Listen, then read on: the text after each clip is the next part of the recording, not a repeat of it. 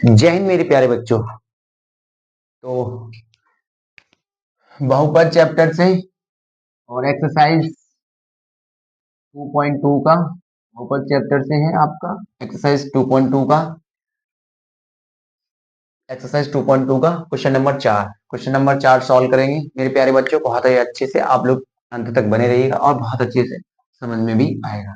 देखो क्वेश्चन है, यदि बहुपद X square plus A plus one कोष्टक क्लोज एक्स प्लस बी के शून्यक 2 और -3 है, तब ए प्लस बी का मान ज्ञात कीजिए। तो सबसे पहले हमें ये चेक करना है, ये कोष्टक जो दे रखे हैं पहले तो हमें निकालना है, यहां से निकालना है ए और बी का मान। ठीक है, पहले हमें ये जो बहुपद दे रखा है इसे ए और बी का मान निकालेंगे, तब हम इसे सॉल्व करेंगे। ठीक है मेरे प्यारे बच्चों, तो चलिए देखो हमारे पास दे रखा है अल्फा इंटू बीटा। देखो अल्फा दे रखा है 2 और बीटा दे रखा है हमारे पास, इन्होंने बीटा हमें दिया है -3। ठीक है, यहाँ लिखो।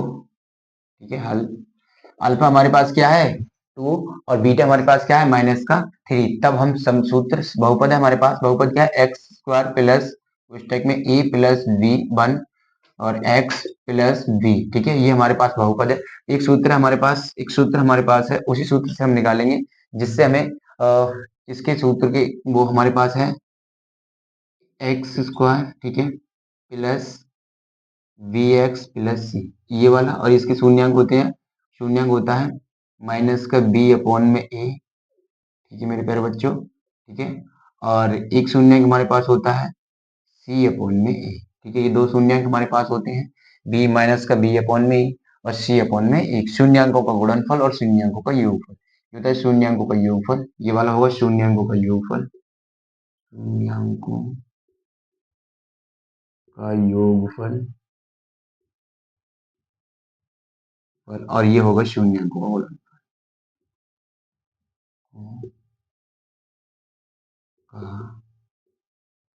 गुणनफल।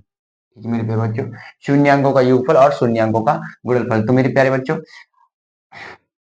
आप बने रहिए हमारे साथ, बहुत अच्छे से समझ में आपको आएगा। तब हम करेंगे, देखो शून्यंकों का योगफल क्या होता है अल्फा, शून्यंक होता है अल्फा प्लस बीटा।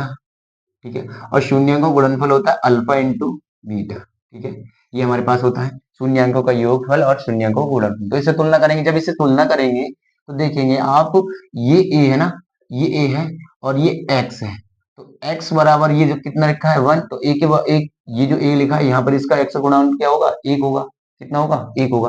तब हम सॉल्व करेंगे अल्फा इंटू बीटा। ठीक है मेरे प्यारे बच्चों, अल्फा प्लस बीटा बराबर क्या आएगा। ठीक है, तो अल्फा प्लस बीटा यानी कि अल्फा प्लस बीटा हमारे पास क्या है 2 प्लस पुस्तक में -3।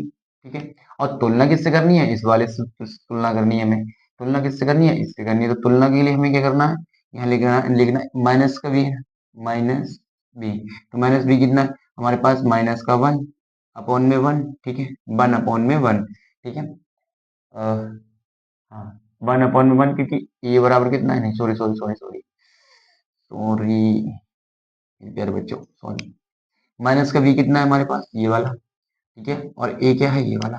तो माइनस बी यानी ए बराबर कितना है ए प्लस 1, यानी बी माइनस बी बराबर क्या है ए प्लस 1। टोटल माइनस हो जाएगा बटे में ए, ये वाला 1। ठीक है, ठीक है मेरे प्यारे बच्चों, समझ में आया तो इसे सॉल्व करो। सॉल्व करेंगे तो ये 3 माइनस का हो जाएगा, तो 2 - 3 बराबर कितना आएगा -a प्लस 1। ठीक है, अब देखो ये घटाएंगे तो कितना बचेगा -1 बराबर, और इनका गुणा करेंगे तो माइनस का गुणा करेंगे तो -1 -1। ठीक है मेरे प्यारे बच्चों, अब ये इधर आएगा या ये इधर आए तो ये क्या हो जाएगा, तो a बराबर, अब ये इधर आ गया तो ये इधर जाएगा तो -1 प्लस 1।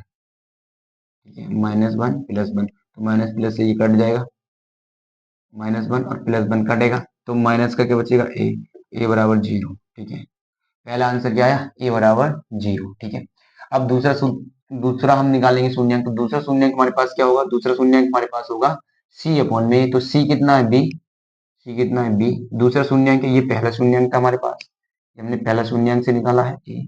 अब बी इस वाले शून्यंक से निकालेंगे तो क्या होगा, तो सी बराबर कितना है वी, तो वी, ए बराबर कितना है 1, तो 1, ठीक है, बराबर alpha into beta, alpha into beta, alpha into beta, alpha कितना है हमारे पास 2, बीटा कितना है हमारे पास 3 इंटू 3, ठीक है, गुणा करो, तो b अपॉन में 1 बराबर इन दोनों को गुणा करेंगे, अगर अपॉन में 1 ना हो तब भी कोई दिक्कत नहीं, गुणा करो तो ये माइनस का 3 त्रिका 9, 3 दूनी 6, तो माइनस का 6, ठीक है, और इस ए से 1 से मतलब नहीं है, तो 1 अगर नहीं लेंगे तब भी कोई दिक्कत नहीं है, तो डायरेक्ट हमारा ये आ रहा है आंसर v, ठीक है मेरे प्यारे बच्चों, v इज इक्वल टू -6, ठीक है, v इज इक्वल टू -6, ठीक है मेरे प्यारे बच्चों, तो दोनों ही शून्यक हमारे पास आ चुके हैं, और a का मान आ गया हमारे पास, a का मान आ गया 0, b का मान आ है -6, और रखना हमें किसमें, तो ये जो दे रखा था a और b का मान ज्ञात करना, तो a और b का मान ज्ञात करेंगे तो हम क्या करेंगे, a और b का मान ज्ञात करेंगे तो a प्लस में v, ठीक है, तो दोनों में रख दो आंसर, आंसर आ जाएगा a और b का, a बराबर कितना रखना है 0, ठीक है मेरे प्यारे बच्चों, a बराबर कितना रखना है 0, a बराबर रखना है 0, b बराबर रखना है हमारे पास कितना -6, ठीक है, -6 तो रख दो, a बराबर 0 प्लस -6, ठीक है, तो आंसर कितना आएगा, ए प्लस बी का मान, अच्छा यहाँ रख देते हैं, ठीक है, यहाँ रख देते हैं, ए प्लस बी बराबर, यहाँ ए प्लस बी का मान रख दो, तो ए बराबर 0 माइनस बी बराबर 6, तो कितना आ जाएगा, इन दोनों का अगर माइनस प्लस का है तो कोई दिक्कत नहीं है, प्लस बी बराबर कितना आ जाएगा 0 माइनस का 6, ठीक है, आ गया माइनस का 6, ठीक है, माइनस का 6 आ गया, मेरे प्यारे बच्चों आप लोगों को बहुत अच्छे से समझ में आया होगा, ए प्लस बी बराबर कितना आ गया माइनस का 6, ए प्लस बी बराबर कितना आ गया माइनस का 6, ठीक है मेरे प्यारे बच्चों, तो आप लोगों को बहुत अच्छे से समझ में आया होगा, जय हिंद।